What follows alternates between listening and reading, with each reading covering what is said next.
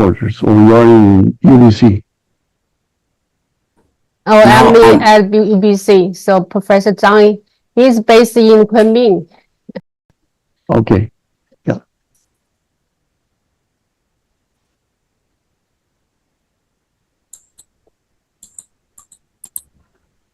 Okay, maybe we may wait like another 2 minutes, then we can start, I think. Sure. Okay.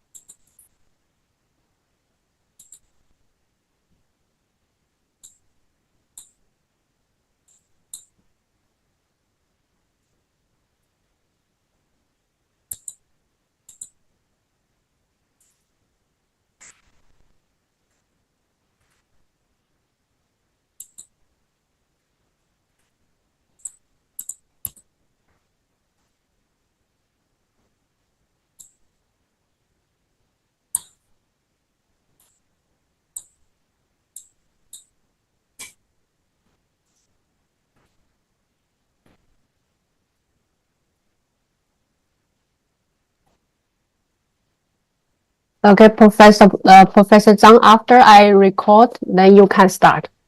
Okay, no problem. Recording in progress.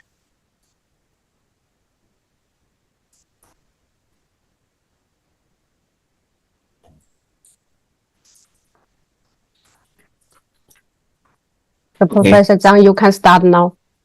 Okay.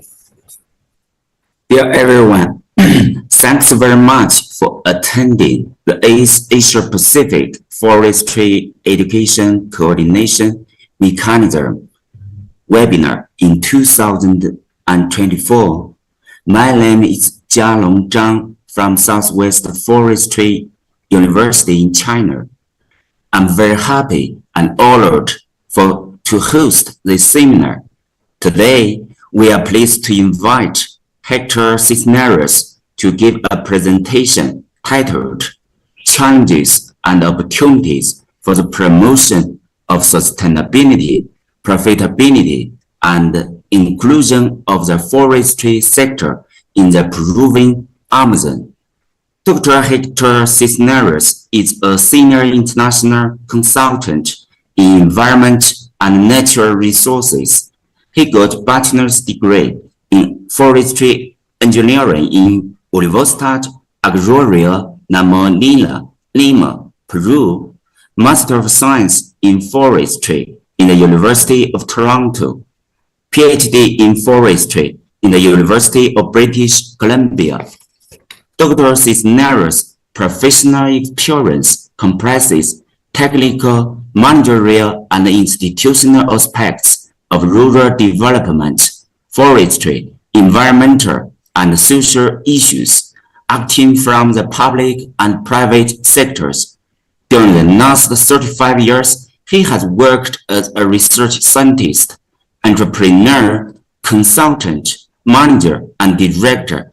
He has been active in forestry and forest products, natural resource management, rural development, and the environment at community, local, subnational, national, Andean, and global levels.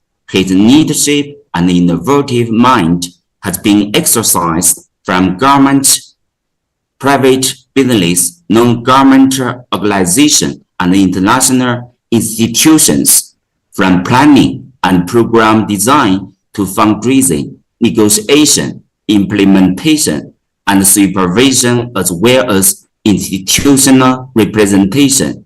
Recently, from October 2018 to March 2024, he directed USAID Proboscis as chief of party, a project implemented by a consortium led by Tetra Tech International to strengthen sustainability, legality, competitiveness, and social inclusion in the forest sector in the Peruvian Amazon, contributing to the mitigation of climate change. He has published more than 20 scientific publications, mainly related to fiber research.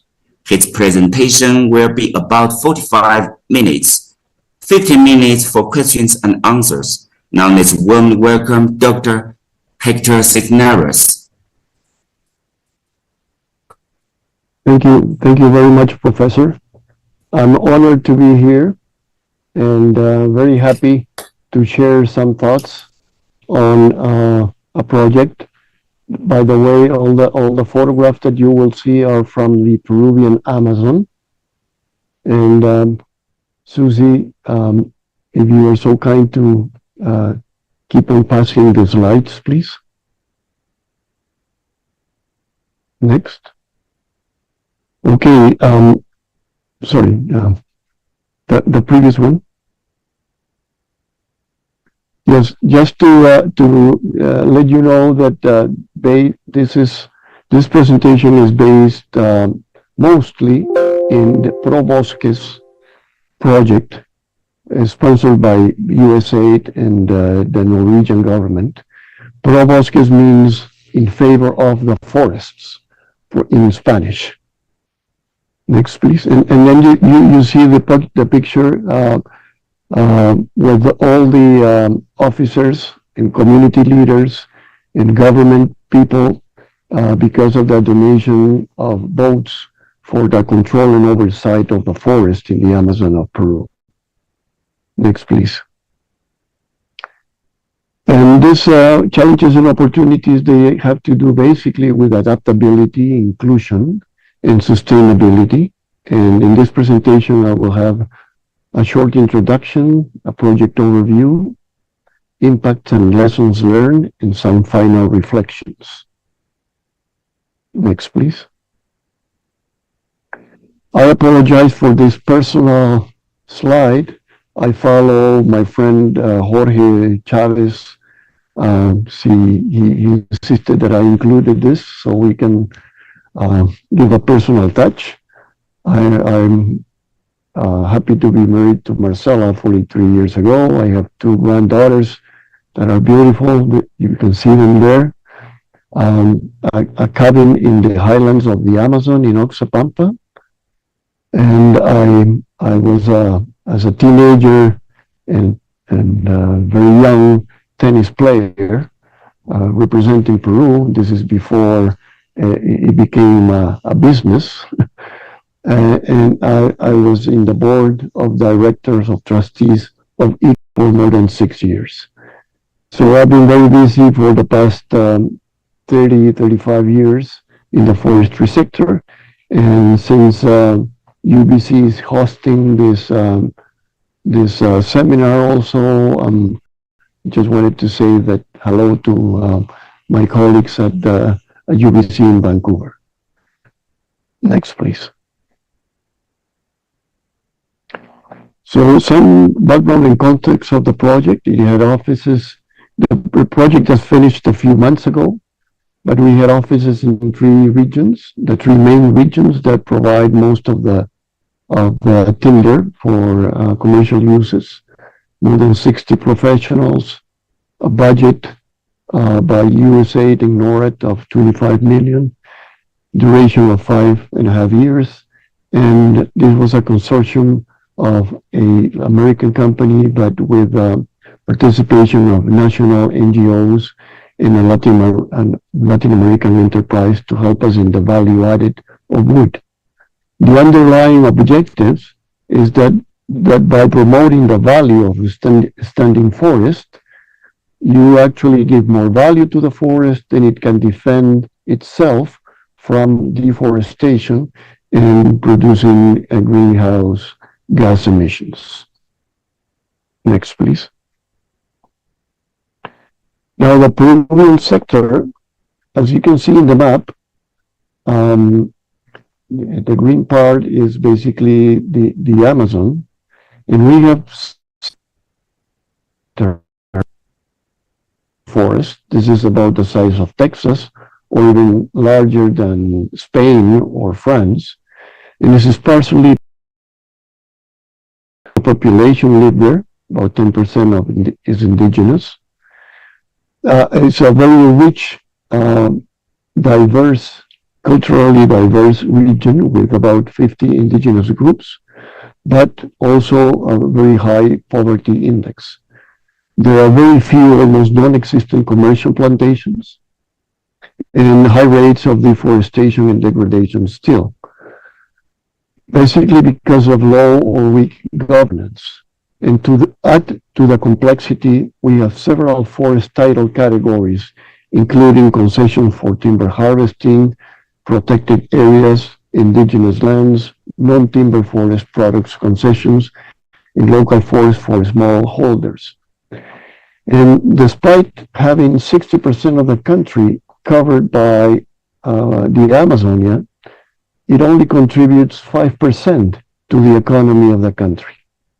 In the forest sector, it's only about 1% of the gross national product. So there's a lot of room still to grow in the forestry sector in Peru. Next, please. This is a comparison of two important value chains in the Peruvian Amazon, where they employ about the same amount of people. And you can see that the wood value is about 1.5 billion, and coffee, it's about half of it. But in terms of value added and measured by exports, you can see that less than 10% of the wood products in Peru are exported, whereas in coffee, more than 90% is exported with high value. So, as I mentioned, there is still a lot of room to improve the contribution of the forest sector to the Peruvian economy. Next, please. So this Proboscis, or in favor of forest, Proboscis project, it had three main components. Forest governance, basically working with the government, not only the national government, but the regional governments. But by the way, we call regions what in Canada, for instance, they call provinces.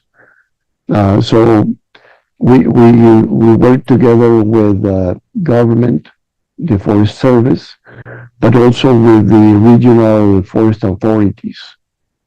In the forest competitiveness component, to add value to the forest, to the wood products and non-timber products also, we work with the associations and small producers.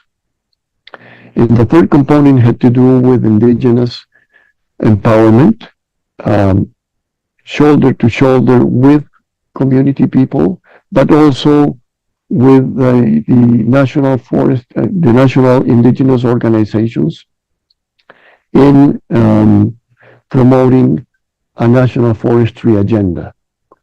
Because what we found in our baseline studies was that most of the wood mobilized in Peru comes from the indigenous lands, and not enough attention is paid to the indigenous lands in terms of wood harvesting.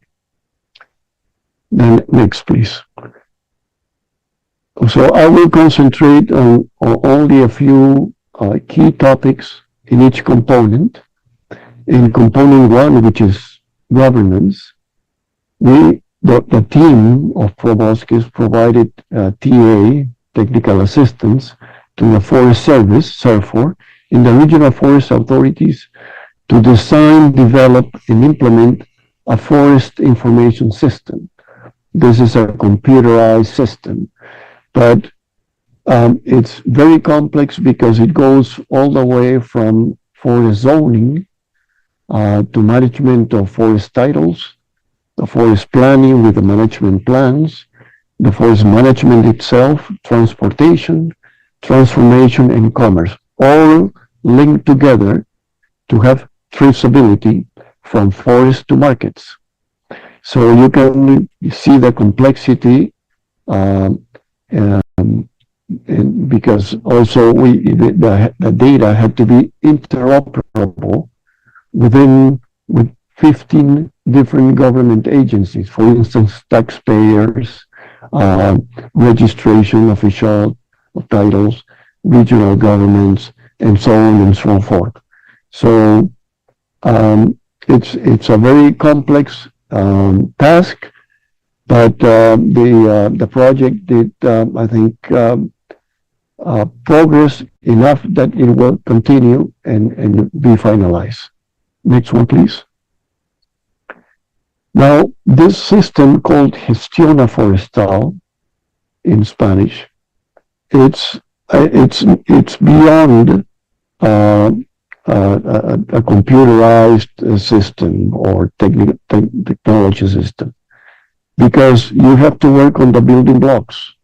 You have to work, for instance, in regulatory development, because the legislation and the bylaws, they don't have all the definitions or protocols or specific decrees, for instance, for the control posts, or you have to differentiate between primary forest, secondary forest, because they have different treatments, or forest products, sorry. Then we had also to work in public budget, so it will be sustainable, the system, in an implementation plan long term, so you can actually ask the Ministry of Finance for the funding based on evidence of a good planning. The information management, all the information was disorganized, so it had to be collected, transformed, organized, synchronized, make it interoperable and registered. And finally, the project with the government authorities had an army of different developers, informatic developers and programmers for process mapping, internal and field testing, and actually put forward the system. Next, please. You can see the challenge and the task that the officers had. Not only they had to control and supervise different sources of wood, but you can see the way in which the permits were piled up in many different offices. So everything had to be digitized and scanned to feed the system and make it work where many previous attempts had failed. Next one, please. So these are just photographs of these large barges in which you transport wood. And the wood years ago had much larger diameters. The diameters have become smaller, and the number of species being used larger. Next one. And of course, for wood that can be floated, this floating barges logs tied up, particularly coming from the communities or very small producers. Next. And the system, along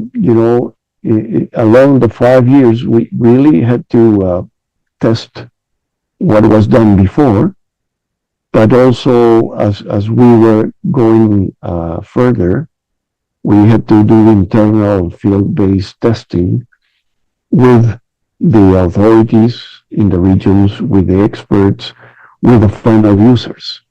The only way to have a participatory and sustainable system. And we hope that it will keep on going until it's completed and applied Now it's being applied only by a small number of users. Next one. So this was the first component, which was governance, working particularly on sustainability with the government. This one is more focused on small business and associations of producers, of forest producers. And what the project did was to work with the CITE Forestal. You can see that in the red. The CITES are technological innovation centers that belong to the public sector, their government. But they are very professional and very technical and very good. And what they do is they outreach a large number of small business and associations. So we work really with them and through them to reach the small business associations. In things like public funding, which is up there, public funding, for instance, we got the government to provide credit for non-timber forest products. This is a bank from the government doing that. We were able to bring competitive funding for business plans for associations that they had to put their own money as well. And we were able to increase public funding in several things to modernize the industry. The team will also work together with the partners in forest management, not only in industry, but also in the woods, in sawmill layout, for instance, in the sawmills, blade sharpening to increase productivity, kiln drying of wood, promoting lesser known species. There are many species in the forest Amazon, and some of them are abundant, but not really commercial. So you can actually, through the business plan and management plan of the forest, you can actually include relatively new species and add value to them. And in this way, the forest will have more value. And finishing the products, of course. And finally, public procurement was something that we explored at first, and we decided to go all the way into, because we realized that government can be a very, very important and very large and strong buyer of forest products that are of legal origin. And so we work very hard on school furniture, in plans and models, and also the Brazil nuts for school food for breakfast. We'll see the details later on. And also including wood products in the Government of Peru online catalog, which is very important. So because any government institution can actually go on this catalog and look at the wood products that are available, and they can be sure that they are of legal origin and they can buy in a way that can really change the local economy of the small producers. And of course, the challenge for the future is to replicate and make it all this sustainable. But these are, I think, milestones that are important for the future. So working with the CITES Forestry, it was interesting that they became also a certified agency for forest jobs, not only in chainsaw, for instance, but in other things like measurement of wood lots, how much volume there is. We work together in sawmill calibration, blade sharpening, and especially to bring in public funds from the government. We work with the Ministry of Finance, we work with the ministries involved, and did projects to bring in and modernize the services that these CITES agencies could provide. You can see the before and after a public investment project. Next, please. This is a special case of AIMPA, a small association of producers, but we, in general, we took them to them and others to exhibit fairs and product fairs to exhibit their new products. These are lesser known species, and so the technical assistance was not only in technical aspects but access into finance, getting them to access local forest so they can be integrated in their business plan from the forest to the markets.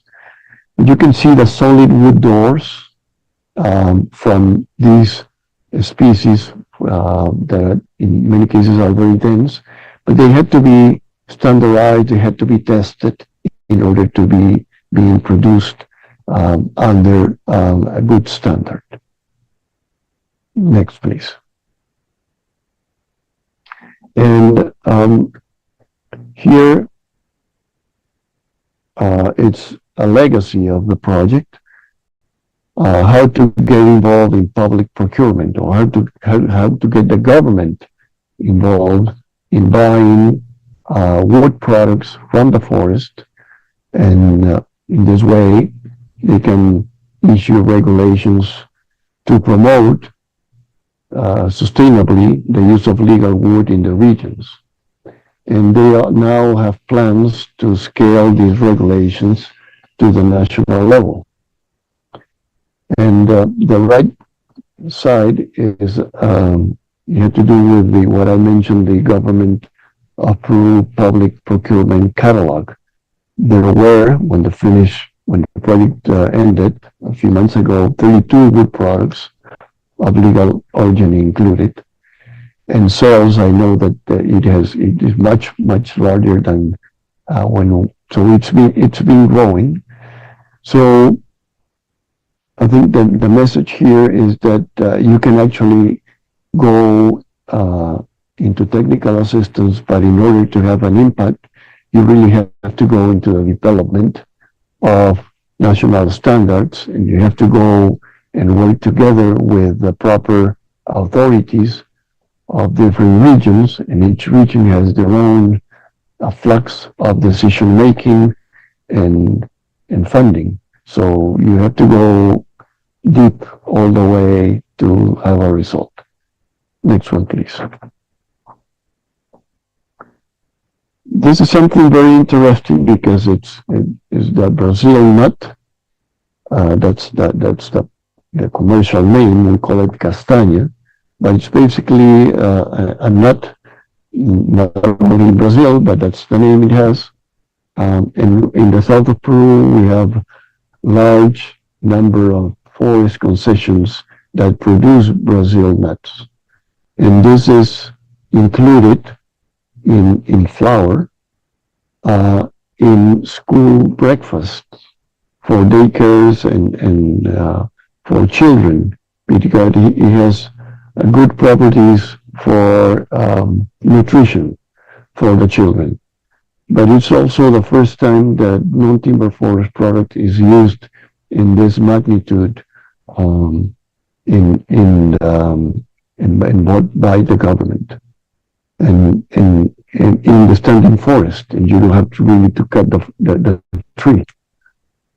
And this has a potential market very large in all the southern part of Peru for school children, and this is mixed with plantain, and this has been tested with the children, and and reach all the standards that feeding the children has at the school level. Next, please. So the public procurement with the regional governments was a key aspect, a very innovative aspect of the project. I don't want to go into the details, but Ucayali, Loreto, and Madre de Dios, these three regions, they all have now different commitments, and some of them have already contracted and bought furniture or wood products and non-wood products. And so the lesson here is that technical assistance in yellow there had to go all the way into market, doing demand and supply analysis, design and budgeting of the product. Of course, the market linkages to be able to supply the demand, and due diligence accompanying the local, not only authorities, but the local producers in reach the final success in selling the wood and non-wood products. And the CITES, which is this innovation centers, ended up being the coordinating organization that provides not only technical assistance, but also supervise the completion of the orders. So they have expanded their mandate to something that is very essential to the flux of producing and buying by the government.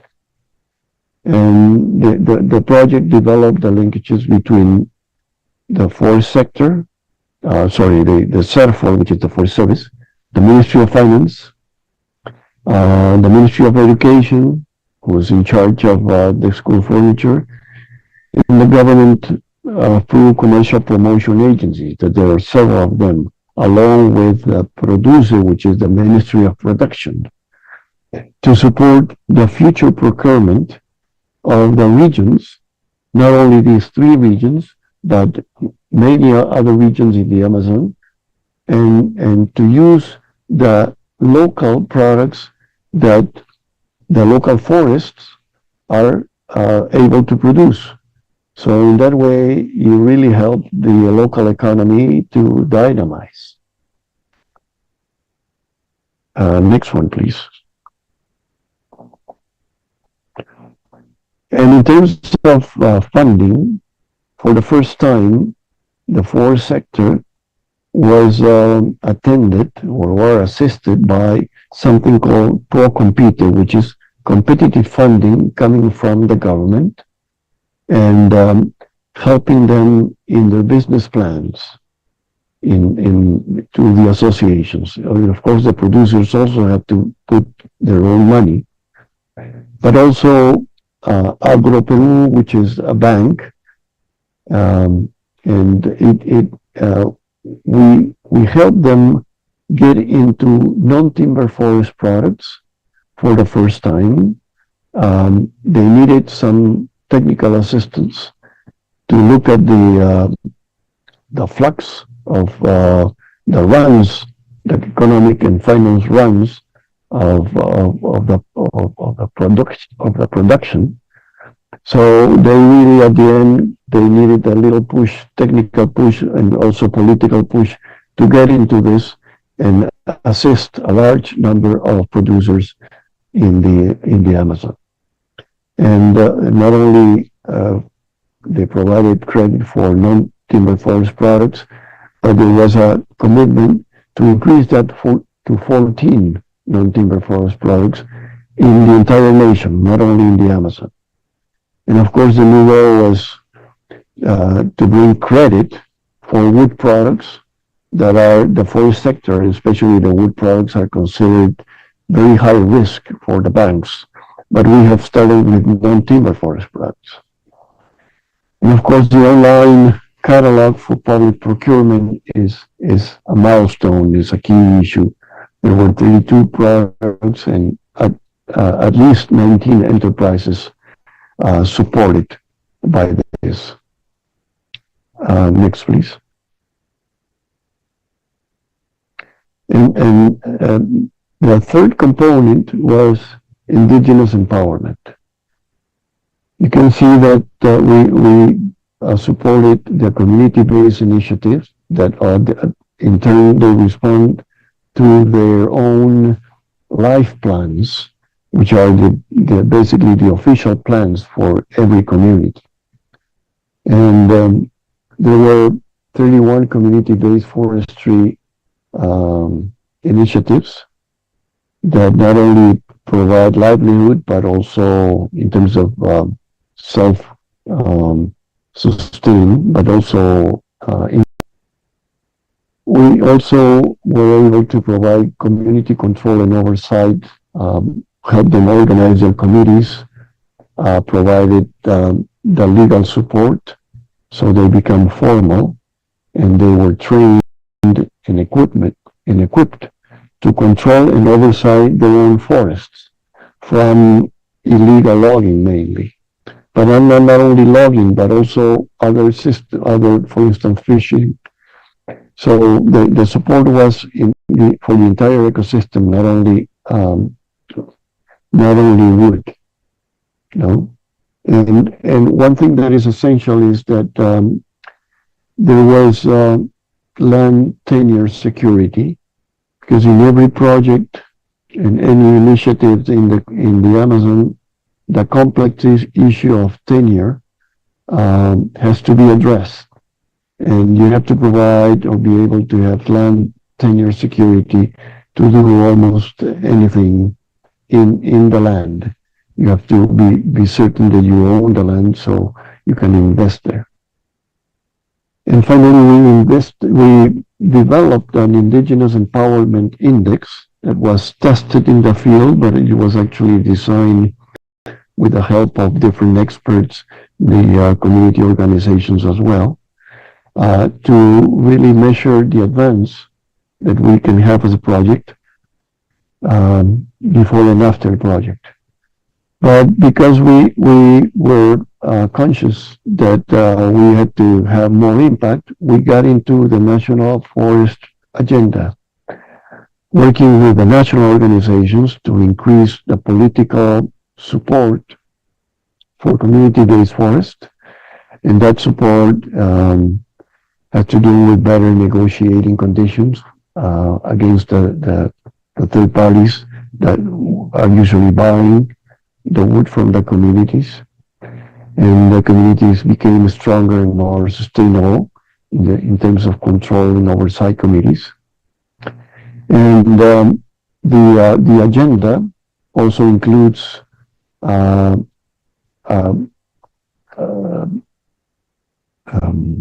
they're asking for public funding to have forest regions, which are actually the official consultants that sign the management plans for community-based forestry. And most times the community have no funds for that, so it can be supported by the government. So this is the indigenous empowerment component.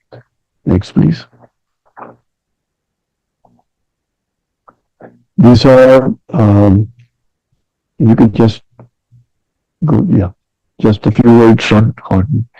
This is how it looks in Ucayali.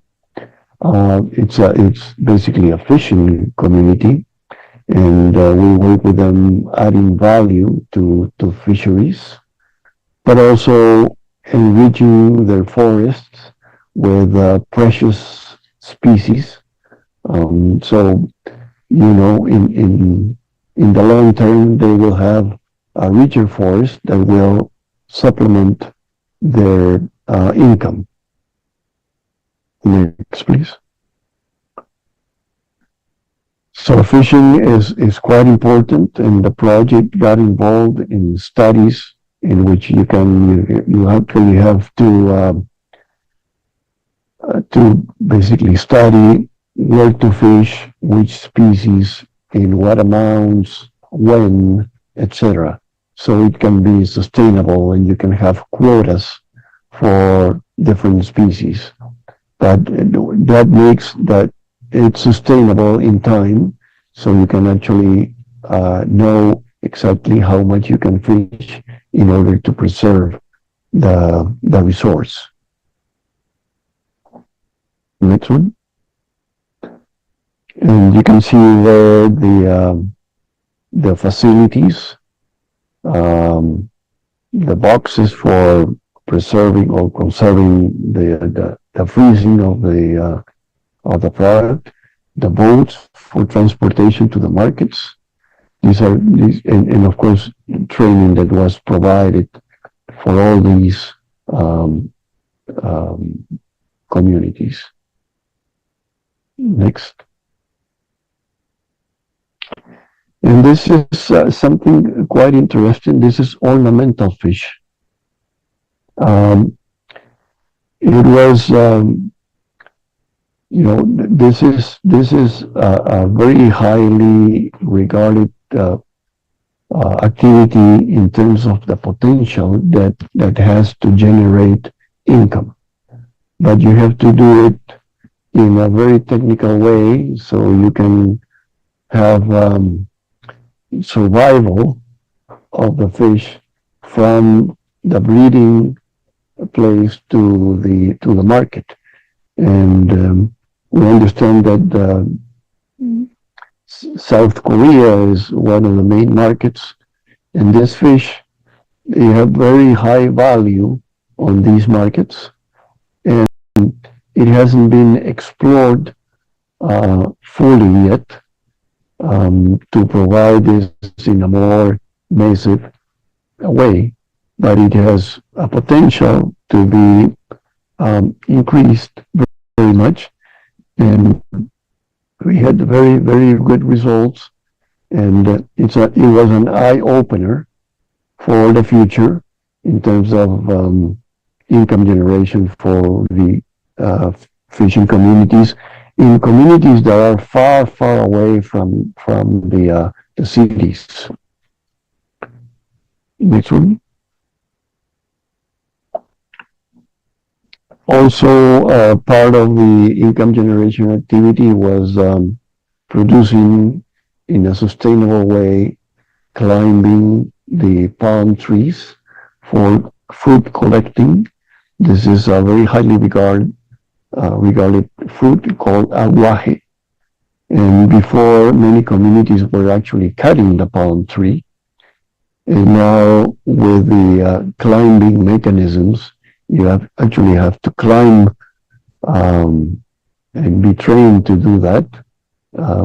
But also you can collect in a sustainable way every year your fruits and taking them to the market without affecting the sustainability of the resource.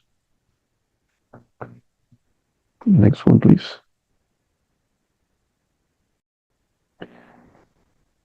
The indigenous communities also complemented their natural resource income generation activities with handicraft.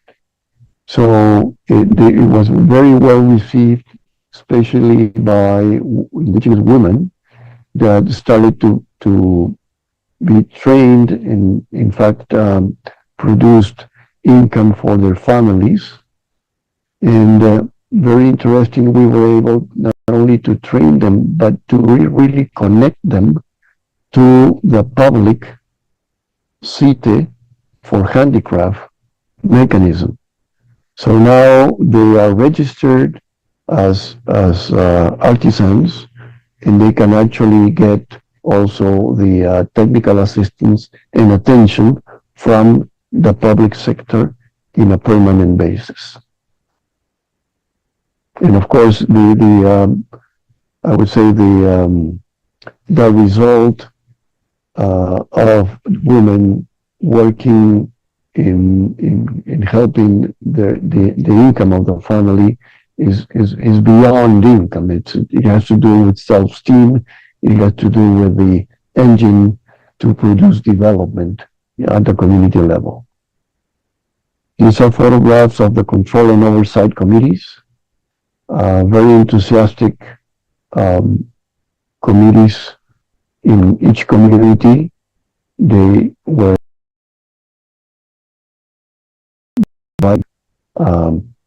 very frequent trips around the community to check if there is anything happening, and if they find any wrongdoing, they will go to the authorities to report it. But they now have the equipment to do that. And this is a celebration of that, of an event of donation of boats and radio equipment for community control and oversight. With our communities in Loreto, which is the largest region in Peru, you can see then the equipment, not only the boats, but radios and batteries and so on. And also we had with us the U.S. ambassador also participating in this very important event for the communities. Next one, please. Okay. Finally, some very specific lessons learned. A key result of the component 1 is that the National Forest Authority took ownership. It's impossible to do anything sustainably if it's not owned by the leader, which is, of course, the government. And the lessons learned, and this is, I'm talking about the system, the information system, that there were a number of failures in the past because it wasn't, the commitment of the government wasn't fully there. So in terms of lessons learned, the adaptability, we really had to evaluate what had done in the past, and we realized that we had to start from scratch and co-design the system with our counterpart, but also working on the building blocks, as I mentioned, that had to do with a number of issues beyond IT. Evidence and here the lessons learned, the testing all the time, step by step, is critical. And finally, the funding, it has to be permanent, and it really depends on the public, on the ability to get funds from the public sector. And we actually try to train the public sector to get funds from the Ministry of Finance. Next, please. The lessons learned from the competitive is that, well, the CITA network was strengthened, not only individuals, centers, but also they work together and learn from each other. It was, they not only learn from each other, but they plan together and exchanges that really was a synergistic effect. The public procurement in Government of Peru online catalog of forest product was absolutely a key result that we hope that other projects and even the government itself will follow. And we ended up with stronger small producer associations. In terms of adaptability, the importance of working through the cities to reach more producers was very effective. The focus on vulnerable population to work on the inclusion led to a great inclusion of women, indigenous communities, and small producers in the forest value chain. And the focus on the cities and small and medium-sized producers also strengthened the value chain as a whole. So the value of the forest is higher, and therefore it's the chances of being conserved are also higher. Next one. And finally, the indigenous inclusion, community-based forestry unit, because of the importance of communities in producing land, wood, and our studies showed that most of the wood came from community land, and so community-based forestry unit was officially created within the Forest Service, and the National Indigenous Forestry Agenda was adopted officially not only by the national level Indigenous Federation, but also by the government, and they signed agreements together. And I mentioned the Indigenous Empowerment Index. So we measured before and after the project, and we saw 53% of competitiveness index or community index in their progress, which is a way of measuring that was adopted also by different organizations. And in terms of adaptability, working, of course, with communities wasn't enough to have an impact, so we adapted to go into the national level, in the National Forestry Agenda. In terms of inclusion, as I mentioned, most of the wood came from the indigenous land, so it requires full participation of all levels of indigenous organization. It has different levels, all the way from international to national to regional to municipal or watersheds, so and community level, of course. And getting the government of Peru to establish this unit,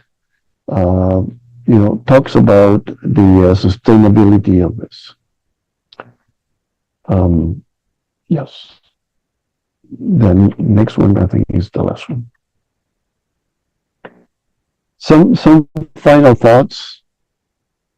There is a real chance to make a difference and impact using existing public funds and structures.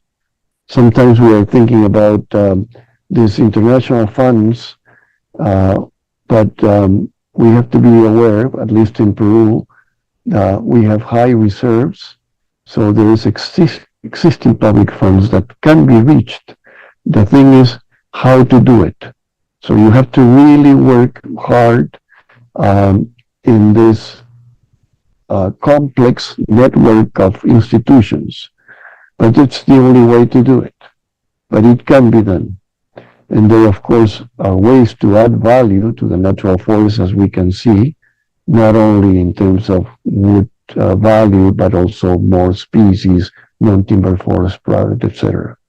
And I haven't talked about carbon credits or ecotourism, which will add to this. The Provoski's team approach was building trust, basically being there and working together and building trust to counterparts. Otherwise, they don't lead the way into the post-project strategy.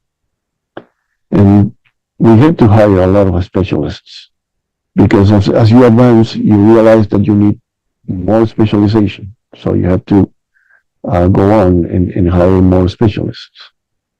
And a permanent coordination at all levels. Being there is the key. I think this is the number one, conclusion.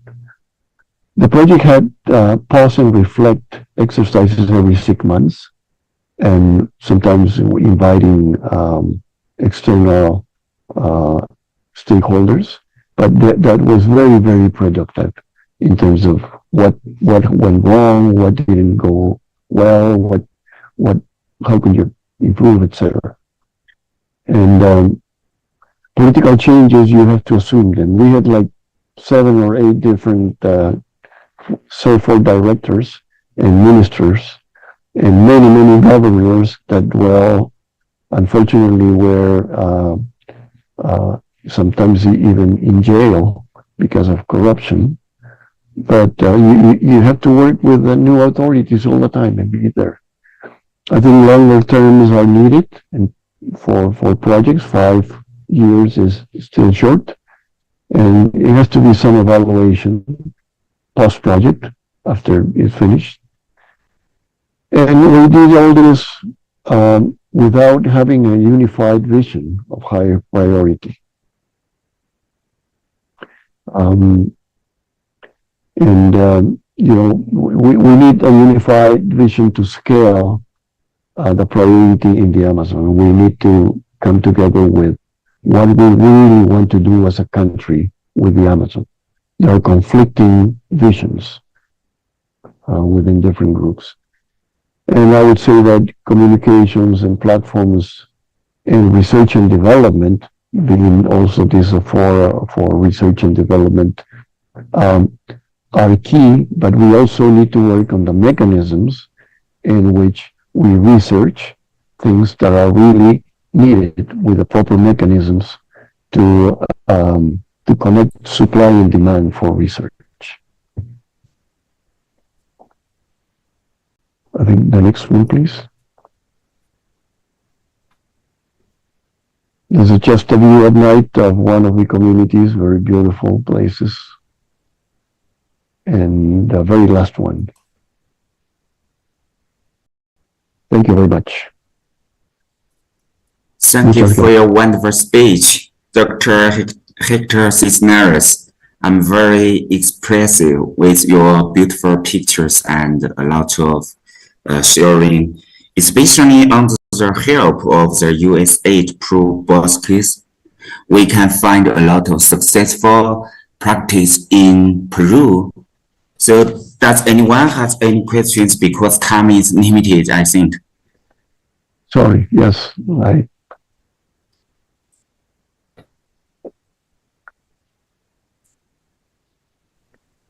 I got one question regarding the government procurements. Is it the government procurement can be successful to help the local company and on the wood product? Also, can it help to help more like the private or public to buy the wood, sustainable wood from the sustainable source of the wood? Yes, in fact, that's one of the requirements, that the wood can be from legal origin. So you have to fulfill a number of requirements for the government to really buy wood. And it's not only the legal origin, but also the fact that you have to have the technical model for, say, if you have a desk and a chair, right? You have to have the module properly designed. You have to have a technical registration, and also it has to have you have to be tested. And at the end, as I mentioned, you have to know what buttons to touch, because in every region in Peru, the government works in different ways. It's not all standard. So in the Loreto region, for instance, the furniture might be bought by the Ministry of Education, and the other one is the regional government. So you have to work with them because they are making decisions all the time, and that's why I mentioned that coordination and being there is so critical. Is there any like a price premium through the certification? Is there any price premium there? No, not at least not for the government buying. I think it's how do you say? It's the government really usually goes for the price, right? The lower price, they try to buy the lower price, and so because of that, they were bringing furniture that were not non-wood. They were metal and melamine, right? So, but they are convinced that that doesn't really help to the local economy. So at the end, in balance, it's better to buy wood. Okay. From the local sources. In that way, you dynamize the economy. But you pay a lot of money to get the forest certified, right? Forest and the wood to certify. So it's adding Well, to the local people or local company. This is not necessarily FSC certified. This is government certified. This is not a private company. This is the large exporters. This is a number of small producers and associations that what they need is to have the supervision of a body called OSIN4, which is basically the body that supervises and certifies that you are complying with the forest management plan. So this is what they have. So it's not the FSC or PFC certified. No. Okay. That makes sense. Yeah.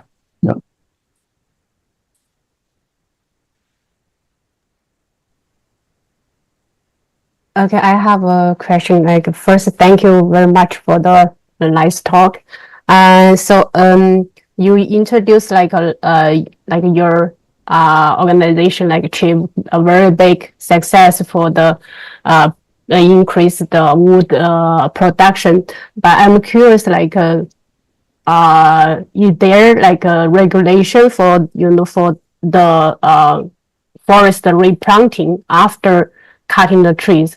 Like public, like conservation. In terms of reforestation, Planting, like after cutting the tree. Yeah. Yeah. No. It's in fact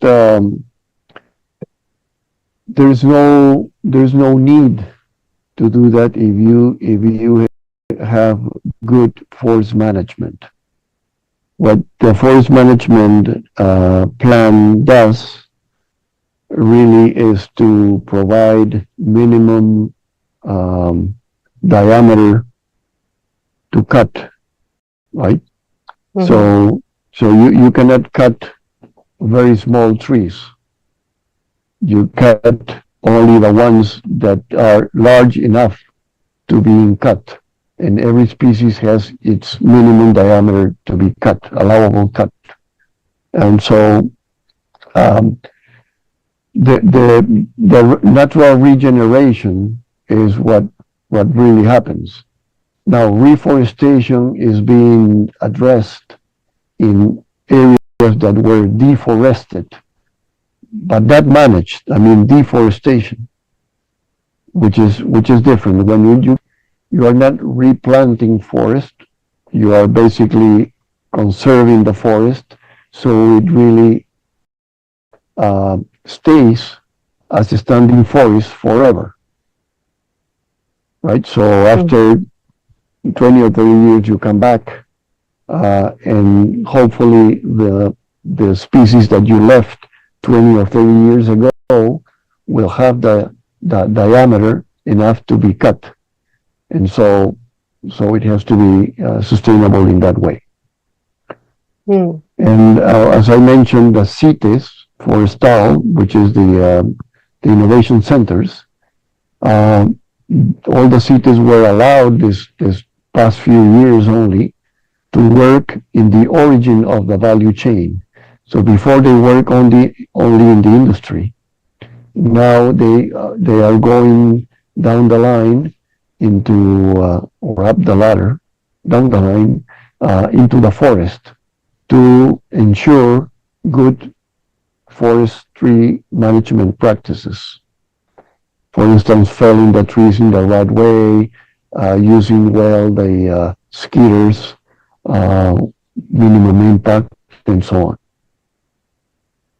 Mm-hmm. So you have like a strategy like selecting cutting or selective cutting. Yes, well, when you do your forest management plan, you go into the forest, you select the trees, you do your inventory, select the trees that you're going to cut, and you enter in for the first year in this parcel, and then after 20 or 30 or 40 years, depending on your cycle, you come back and cut again. So you in that way what you are doing is basically leaving the forest, standing forest, even after management plan. And if you go to the best managed concessions in Peru, you would see that you have wildlife, for instance, in parcels that have been already cut. So the biodiversity is conserved. Wow. Yeah. So that's like a really advantage for the rainforest. Like, yeah, they grow very well with very high diversity. Yes, and the thing about non-timber forest products, latex, there are fruits, bark of some species, they can all add value to the forest, and you don't have to fell the trees in many cases. Okay, yeah, thank you.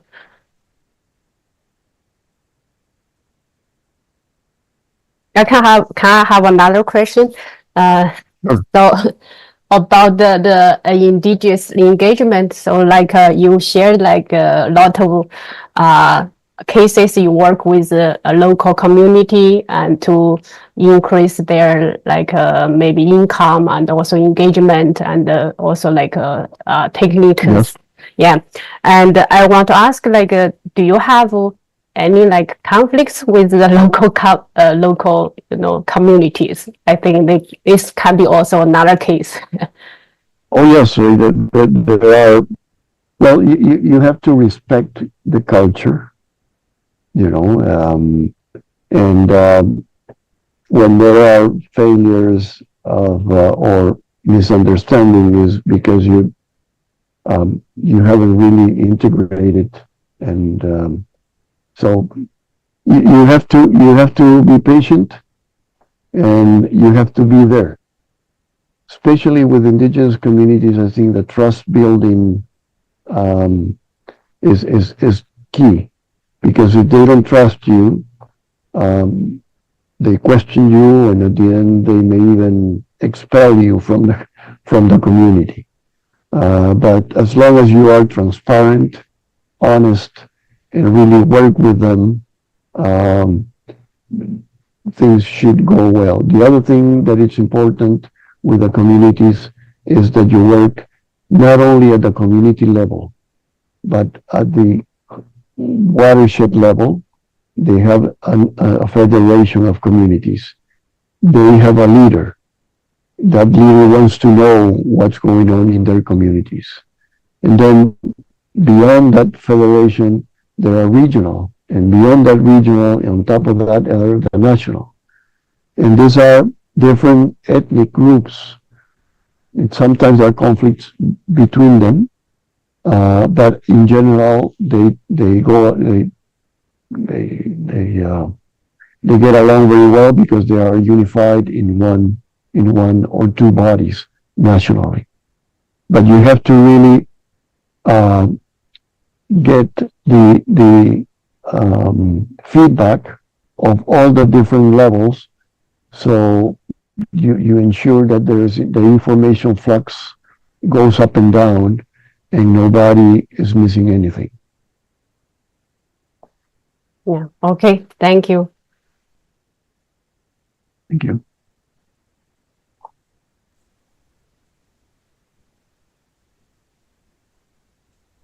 So thank you very much for your presentation and your answers. Pleasure. I think time is because of the time, so I want to say we will finish the meeting. Okay. Thank you very much. Thank you. Thanks. Thank you. Yeah, thank you so much. Thank you. Thank you. Thank you so much. Have a nice day, Thank everyone. you. Have a nice day. Bye. Bye. Bye bye. Bye bye. Thank you.